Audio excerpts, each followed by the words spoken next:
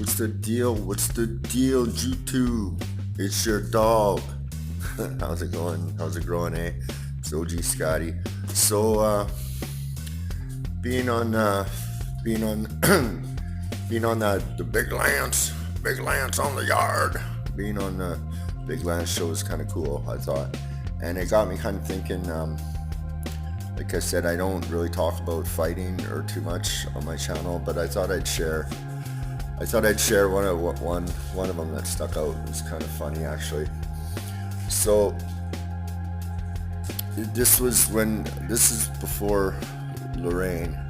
I used to date this southern native girl, and she was actually my fence in the beginning.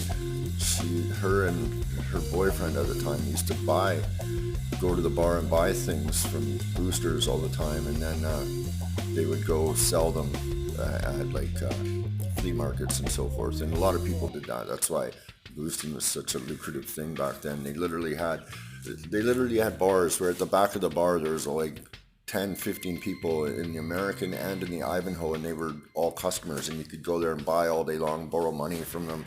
If you were a good booster and a good earner for these guys, they'd lend you money and shit when, to get yourself right.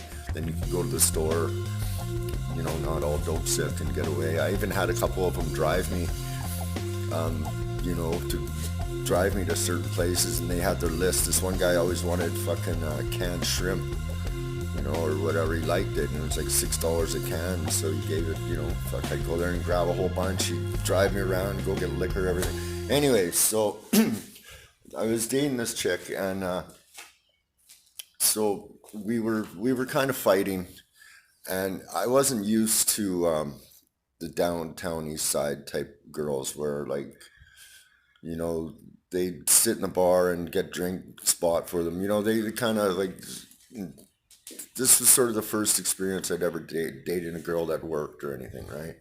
So I wasn't really used to it, so I was jealous, right? I was really jealous, and I used to come into the bar and I'd see her just sitting there having a beer with some old guy. I mean, he's obviously not fucking him, but I was such a fucking moron. I'd come in and I'd flip the table and I'd fucking get all mad and I'd freak out.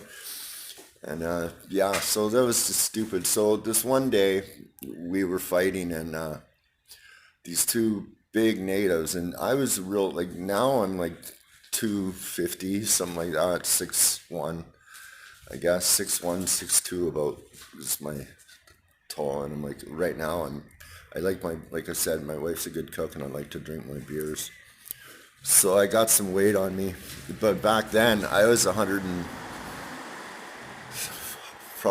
was probably 170 then, but I've rolled into jail for no word of a lie, 150 pounds, man. I was just a stick, just a fucking push sticks for arms, But anyways, so I was fighting with Michelle, and these two fucking native guys are going, okay, well, let's go to this party with her, and she's talking to them, and they're kind of going, come on, we're going to go to this party. So I show up, and I'm like, okay, yeah, let's go. And they're like, push me, and they're like, no, you're not going. And I kind of look at her and I go, why are you doing this? You know it's going to happen. And she shakes her head. And so I square off with one guy, and there was two of them. And I'd done a little boxing long time ago and stuff, so I can fight when I have to. So I square up with the guy, and I fucking boom, boom, boom. I box this one guy, I break his nose, and then the other guy, and I was just the skinniest kid, like just a skinny fucker. And these were big guys. They were both 250 at least. And they didn't expect it, right? So I pop a couple shots in this one guy, and I turn and I pop a couple shots in this next guy, and I'm quick, so I'm dancing at him and hitting them, and they couldn't even get a hold of me. And then the cops roll in, and so I broke one guy's nose, and I fucking hit the other guy a few times, and the cops come in, and they go, and because we're right on Hastings, this is right on the street, so there's people all around, and they come in and they get all of us, and it's these fucking big guys are like, He's got warrants. They're pointing at me. These two big fucking native guys. They're fucking, it's like they're whining to the principal or something. They're like, he's got warrants. He's got warrants. Then the guy comes over and goes, the cop, he's like, well, what's going on here? I'm going, what do you mean what's going on here? Look at me. What, you think I started this? Look at me. Look at them. Come on. What, like, you know, I don't have to tell you what happened. Look what's going. I got a lucky shot, I guess. And yeah, so that was kind of a funny little thing. These two big guys, and they end up sitting there tattletaling on me. So it's kind of cute.